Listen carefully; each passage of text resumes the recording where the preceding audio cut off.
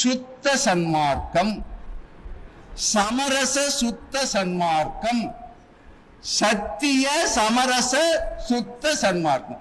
அதுக்கு அலங்காரம் பண்றார். இந்த சன்மார்க்கத்திற்கு வள்ளல் பெருமானார் மட்டும்தான் சுத்த சன்மார்க்கம், சமரச சுத்த சன்மார்க்கம், சத்திய சமரச சுத்த சன்மார்க்கம் என்ற 3 அற்புத அணிகலன்களை அமைத்து இந்த சன்மார்க்கத்தை நானே நடத்துகிறேன் என்று சொல்லுகின்றார்.